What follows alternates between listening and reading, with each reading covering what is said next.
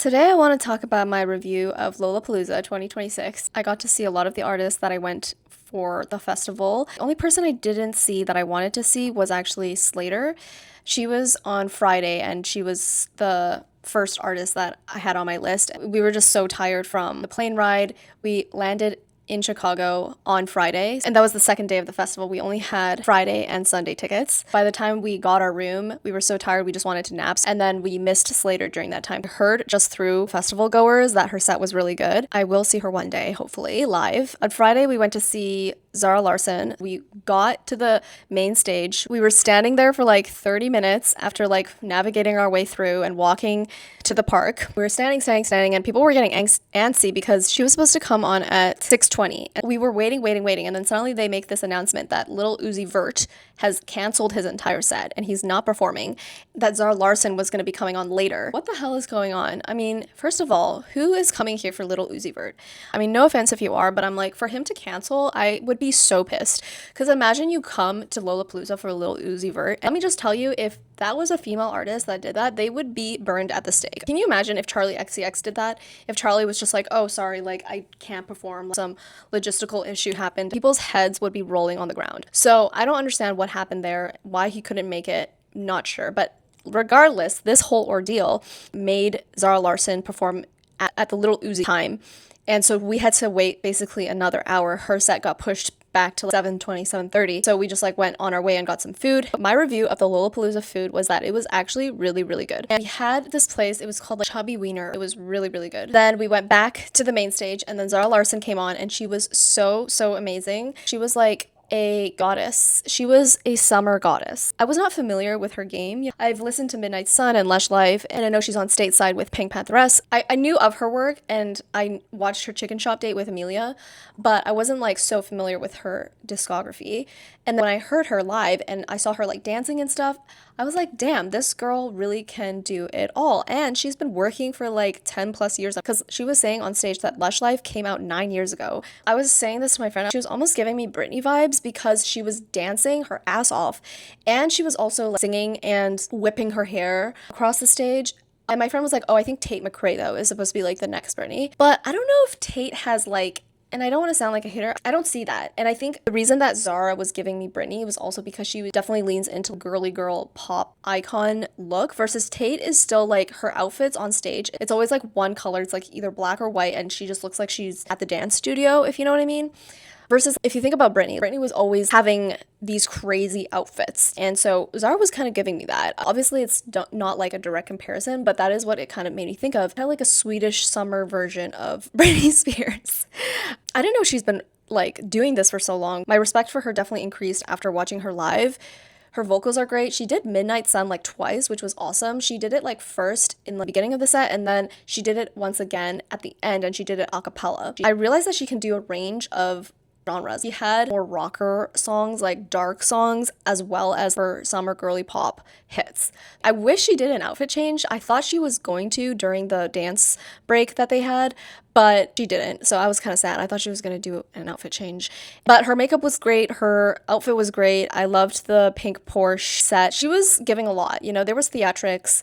There was the Puss Puss 97 license plate, you know. I was like, okay, I get it. Like, I understand what she's doing. I understand the vision. I understand the messaging. She's like spreading kindness and like inclusivity. So I was like very for it. Her hair is like amazing and her abs are like insane. I would say Zara Larsson was my second favorite set. It felt like peak summer. I was like, oh my God, it's summer. Because honestly, this summer, I was like, is it summer? It doesn't feel like summer. It keeps raining here in New York. That's why I think hearing Midnight Sun and Lush Life was like really therapeutic for me, because it made me realize that it is summer. Never ending Midnight Sun. We saw Suki before Zara. I was not impressed by the Suki Waterhouse set. I'm sorry. I know she has, you know, that one song that I like, Good Looking Boy. And all of her other stuff, I'm just not obsessed with. I want her to give more. I can't even find an excuse for her, because all the other female artists that I saw were just so top tier. And it's not even that like she has a smaller stage, because I saw Justine Skye on Sunday and she had a tiny stage. And it was just such a vibe. It was such a party. It felt like a forest rave. Her outfit wasn't even like that. I didn't like it. She was wearing like underwear and then this big like roby thing. Anyways, that's all I'm gonna say. I don't want to be a hater. I just want to give my honest opinion. This is a review, okay? This is a review of the festival as well as the artist who performed, and I'm giving my ranking.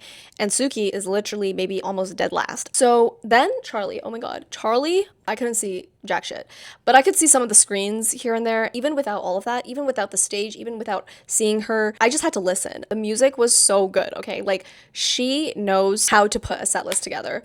This is the first time I've seen her live, so I've actually heard through other posts that was one of the best sets that they've ever heard from her. So maybe this is like, you know, could be like peak live Charli. But that set list at Lollapalooza, I kid you not, that was like a religious experience, because it was like mixing her new album, Music, Fashion, and Film. That's her new album. So it's like her rock album. And I was scared that she was only going to play all of her rock music, but actually she played maybe like half of her older stuff and then half of her newer stuff. Transition between the songs, whether it was going from her brat stuff to Music, Fashion, and Film, those transitions were so good that it just felt like what it felt like was that it made the new album make sense to me. Because when I first heard Music, Fashion, Film just on my phone, listening to it on its own, I was like, I don't really love it. But hearing it in transition with Brat and like her other stuff, it like made a lot more sense to me. I could see how this kind of makes sense for her.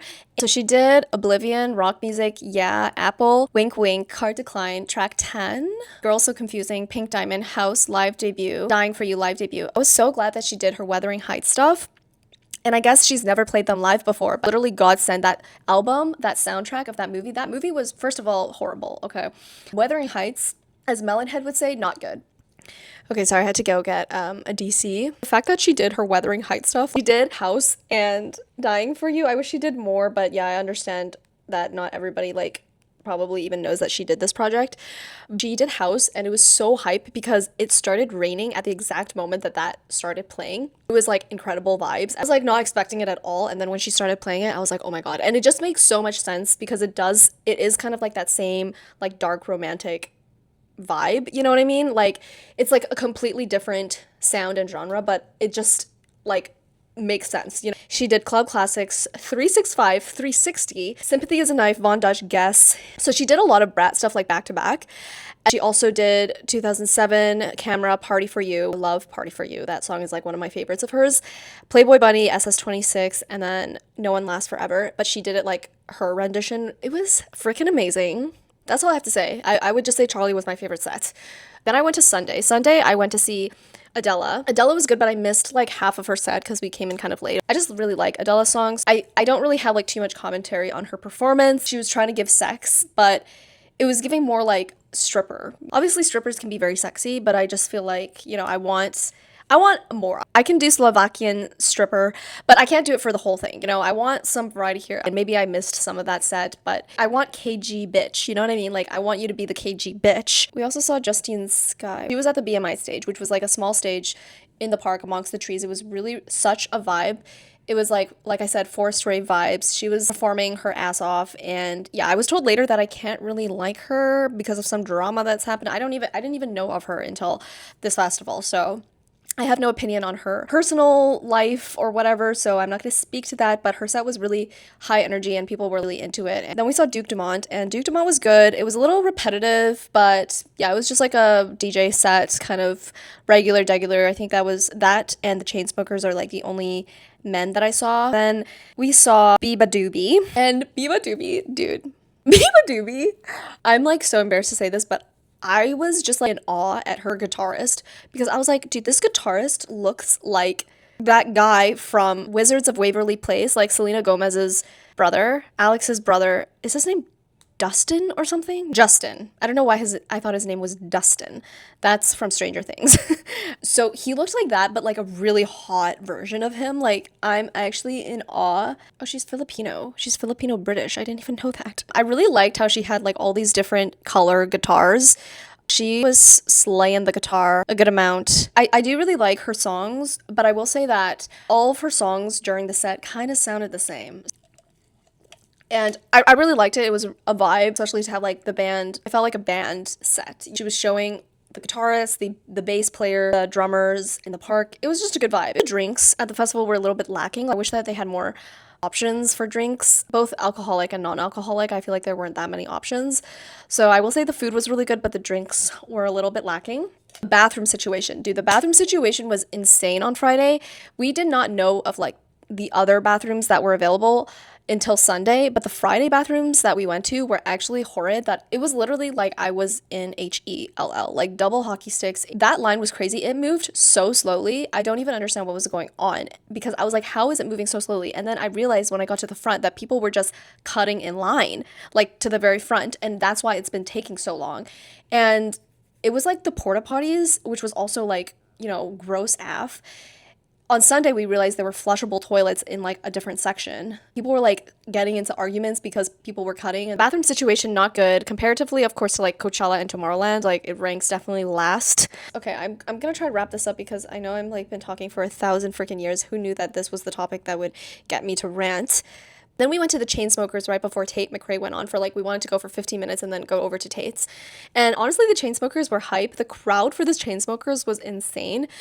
Then we went to Tate, and then Tate did like one song that I knew. The other songs I was like, damn, these are all literal flops. And the thing with Tate is that she dances a lot, right? Like that is her thing. She is a dancer by training, so she dances, and she's a great dancer. I will not deny her of that. But at a festival set, when I can't see basically anything except for like maybe third of the screen, like I need you to give a little bit more than dancing because I can't see anything, especially since she's a headliner. So if we compare headline to headline and Charli being literally my top performer, I just can't compare it with Tate, right? Literally left during the middle of her set because I was bored. I sat down on the ground and I was like waiting for one of the songs that I knew to go on. I was waiting for a while and then we just decided to go to Chainsmokers because the vibe at Chainsmokers was also a lot better.